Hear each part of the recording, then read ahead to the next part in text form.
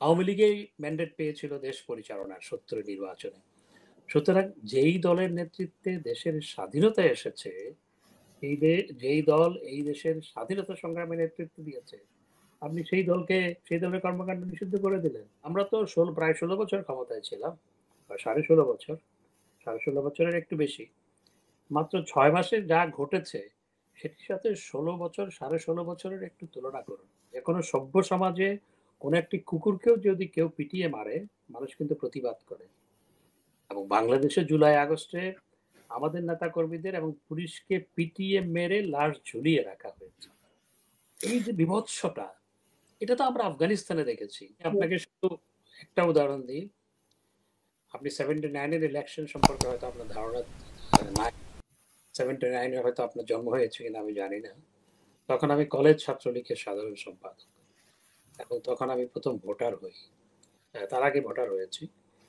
তো এখন 79 এর ইলেকশনে যখন আওয়ামী লীগের সবচেয়ে বঙ্গবন্ধুর হত্যাকাণ্ডের পর আওয়ামী লীগের কর্মকাণ্ড ৭৭ সালে শুরু হয়, এরপরে ৭৬ সালে শুরু হয় সীমিত আকারে, তারপর ৭৭ সালে। তো তখন আওয়ামী লীগের সবচেয়ে নাজুক অবস্থা, সেই নাজুক অবস্থার মধ্যেও আওয়ামী লীগ ভোটের পার্সেন্টেজে প্রায় ৩৫% ভোট পেয়েছিল এই দল। আপনি ইতিহাস যদি দেখেন, সেটি হচ্ছে আওয়ামী লীগের ভোট প্রাপ্তির সর্বনিম্ন হার। সেই দলকে আপনি কর্মকাণ্ড নিষিদ্ধ করবেন, যেই দলের নেতৃত্বে দেশটাই স্বাধীন হয়েছে। আজকে আজকে যে আমরা বাংলাদেশ পরিচয় দিচ্ছি, এই দেশটাই কিন্তু স্বাধীনতা সংগ্রামে নেতৃত্ব দিয়েছে বাংলাদেশ আওয়ামী লীগ। এটা আমি একটু বিশ্লেষণ করে বলি। যখন ৭১ সালে কিন্তু একটি সরকার ছিল, যেটিকে মুজিবনগর সরকার বলা হয়, যেটি বাংলাদেশের প্রথম সরকার। সেই সরকারের রাষ্ট্রপতি ছিলেন জাতির পিতা বঙ্গবন্ধু শেখ মুজিবুর রহমান, উপরাষ্ট্রপতি ছিলেন সৈয়দ নজরুল ইসলাম, প্রধানমন্ত্রী ছিলেন তাজউদ্দিন আহমেদ। তাদের নেতৃত্বে সরকার ছিল। সেই সরকারে আমরা মুক্তিযুদ্ধের সেক্টর কমান্ডারের কথা বলি না, সেই সরকারেই কিন্তু মুক্তিযুদ্ধের সমস্ত সেক্টর কমান্ডারদের নিয়োগ দিয়েছিল। প্রত্যেক সেক্টর কমান্ডার ৪০০ টাকা করে ভাতা পেত সেই সরকারের কাছ থেকে। এবং দেশ ১৬ই ডিসেম্বর স্বাধীনতা অর্জনের পর সেই সরকার যুদ্ধকালীন সময়ে কলকাতায় স্টেশন ছিল, সেই সরকারেই এসে কিন্তু দেশ পরিচালনা শুরু করেছিল, কারণ সেই সরকারই স্বাধীনতা যুদ্ধে নেতৃত্ব দিয়েছিল। এবং আওয়ামী লীগেই ম্যান্ডেট পেয়েছিল দেশ পরিচালনার ৭০ নির্বাচনে।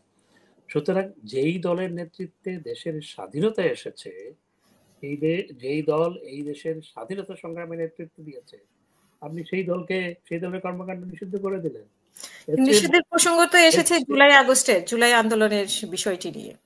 তো সেখানে আপনাদের কি কোনো ভুল ছিল না? আপনি কি সেটা দাবি করবেন? আমি প্রত্যেক সরকারেরই ভুল থাকে।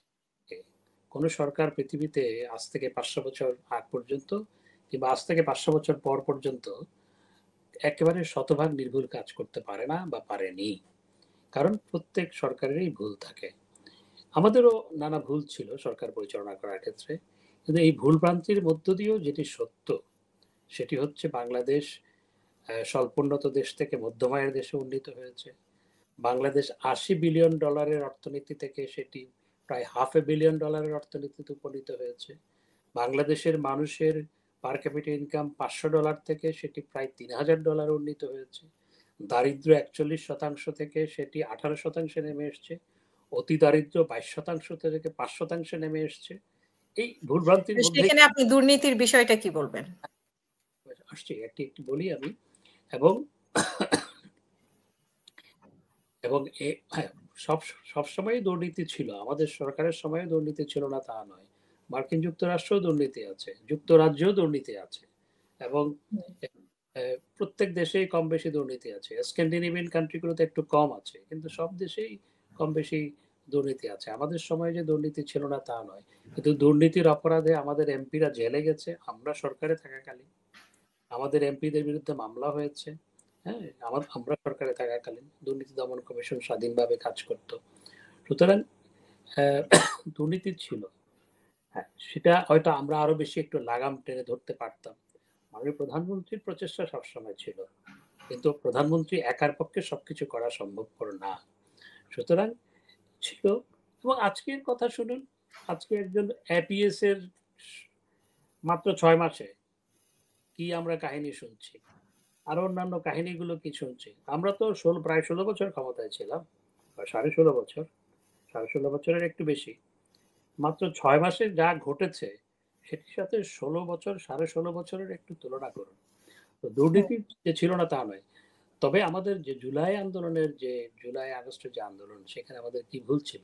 অবশ্যই আমাদের ভুল ছিল। আমি মনে করি যে শুরুতেই যদি ছাত্রদের সাথে আমরা আলোচনা করে বিষয়টিকে পুরোপুরিভাবে আদালতের উপরে ছেড়ে না দিয়ে ছাত্রদের সাথে আলোচনা করে সমাধান হতো, তাহলে যারা কুচক্রী ছিল, যাদের রাজনৈতিক উদ্দেশ্য ছিল, যারা ছাত্রদেরকে রাজনৈতিক উদ্দেশ্যে ব্যবহার করেছে, তারা সেই সুযোগটি পেত না। এটি অবশ্যই আমাদের ভুল ছিল। তো সেখানে আপনি কি মনে করেন যে আপনাদের সেই কারণে ক্ষমা চাওয়া উচিত? মানে জুলাই আগস্টে যা ঘটেছে, এতজনের প্রাণ গেল, এখনো হসপিটালে পড়ে আছে। যাদের বাচ্চারা মারা গিয়েছে তারা এখনো কান্নাকাটি করে, আমাদের সাথে লাইভে আসে। তো আমি প্রচন্ড একটু কষ্টের আমি এই বিষয়। আমি এই ব্যাপারে একটু বিশ্লেষণ করি। এখন ছাত্রদের ঘরের মধ্যে আপনার সাইলেন্সার ফিট করা, ওই যে আপনার দূরবীন ফিট করা অস্ত্র পাওয়া যাচ্ছে, যে অস্ত্র জুলাই আগস্টে ব্যবহার ছাত্রদের বাড়িতে এই সরকারই উদ্ধার করছে, সেনাবাহিনী উদ্ধার করছে। এবং আজকে যে মৃত্যুর প্রথমে বলা হলো যে 200 জনের মতো মারা গেছে, তারপর বলে 400 জন, তারপর দেখলাম 800 জন, তারপর বলে 1400 জন, তারপর বলে 2000 জন, কোনো তালিকা নাই।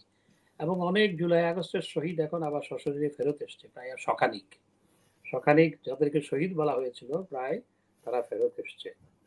এবং আপনি সামাজিক যোগাযোগ মাধ্যমে অনেক ভিডিও দেখবেন, যে ভিডিওতে তারা বলছে যে এমনকি কেন আজকে উপদেষ্টাদের মধ্যেও কেউ কেউ স্বীকার করেছে যে তখন একটি চক্রান্ত হয়েছে এবং এই সরকার হটানোর জন্য এই ঘটনাগুলো ঘটানো হয়েছে। উপদেষ্টাদের মধ্যে দু একজন হুম, বলেছে। এবং স্বরাষ্ট্র উপদেষ্টা আপনার ব্রিগেডিয়ার সাখাওয়াত সাহেব, তিনি বলেছিলেন, তিনি যখন স্বরাষ্ট্র উপদেষ্টা ছিলেন, যে এই যে মানুষ যে মারা গেছে যেগুলিতে, সেইগুলি তো পুলিশের হাতে নেই, এইগুলি কোত্থেকে আসলো। এটি বলার 2 দিনের বা 3 দিনের মাথায় তাকে সরিয়ে দেওয়া হলো। তা আসলে হুম, ঘটনাগুলো কে ঘটিয়েছে?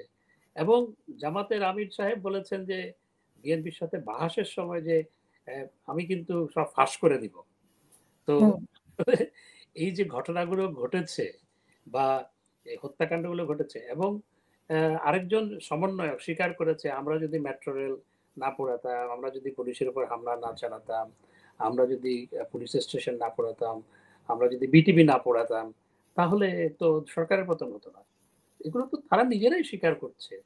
তো জুলাই আগস্টে এবং মাননীয় প্রধান উপদেষ্টা, হুম, ডিউ রেসপেক্ট, তার প্রতি ডিউ রেসপেক্ট রেখে আমি বলতে চাই, তিনি আমেরিকায় গিয়ে বলেছেন মেটিকুলাস ডিজাইনের মাধ্যমে এগুলো করা। তো আসলে দায়টা কার? It's a big million dollar question. সুতরাং হ্যাঁ, এখানে হ্যাঁ, সরকারের দায়, অবশ্যই সরকারের দায় আছে। সেটা হচ্ছে যখন এই মেট্রো রেল পোড়ানো হচ্ছে, আপনি কতগুলো পুলিশ মারা গেছে। আপনি তো নারী, একজন নারী পুলিশ, সে প্রেগনেন্ট, সে প্রাণ ভিক্ষা চেয়েছে যে আমার পেটে বাচ্চা, আমাকে মেরো না, তাকে মেরে ফেলা হয়েছে। পুলিশকে ধরে নিয়ে পিটিয়ে মেরে ঝুলিয়ে রাখা হয়েছে লাশ। আমাদের নেতা কর্মীদের আপনার অনেককেই পিটিয়ে ঝুলিয়ে রাখা হয়েছে রংপুরে, গাজীপুরে, বিভিন্ন জায়গায় পিটিয়ে। আজ বাংলাদেশের যে কোনো সভ্য সমাজে কোনো একটি কুকুরকেও যদি কেউ পিটিয়ে মারে, মানুষ কিন্তু প্রতিবাদ করে। এবং বাংলাদেশে জুলাই আগস্টে আমাদের নেতা কর্মীদের এবং পুলিশকে পিটিয়ে মেরে লাশ ঝুলিয়ে রাখা হয়েছে। এই যে বিভৎসতা, এটা তো আমরা আফগানিস্তানে দেখেছি। কারা এই ঘটনাগুলো ঘটিয়েছে এবং কারা মেটিকুলাস ডিজাইন করেছে, আজকে তো আস্তে আস্তে কথাগুলো ফাঁস হচ্ছে। বের হচ্ছে। আমাদের ব্যর্থতা তো হচ্ছে, হুম, আমরা সেই ষড়যন্ত্র শনাক্ত করতে পারিনি, আমরা সেই ষড়যন্ত্রকে মোকাবেলা করতে পারিনি, এবং সময় মতো আমরা ছাত্রদের সাথে বসে জিনিসটা সমাধান করতে পারিনি।